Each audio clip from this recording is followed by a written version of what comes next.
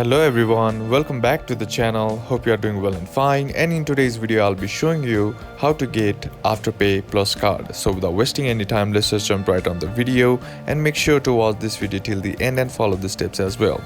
Now the first thing that you need to do is head over and open up your Afterpay app.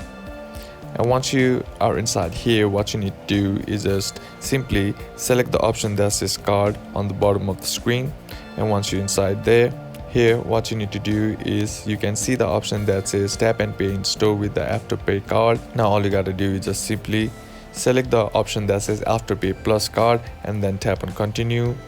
And remember, this Afterpay Plus card is given limitedly, so what you need to do is watch out for the available option to have the Afterpay Plus card. And once you do that, tap on continue.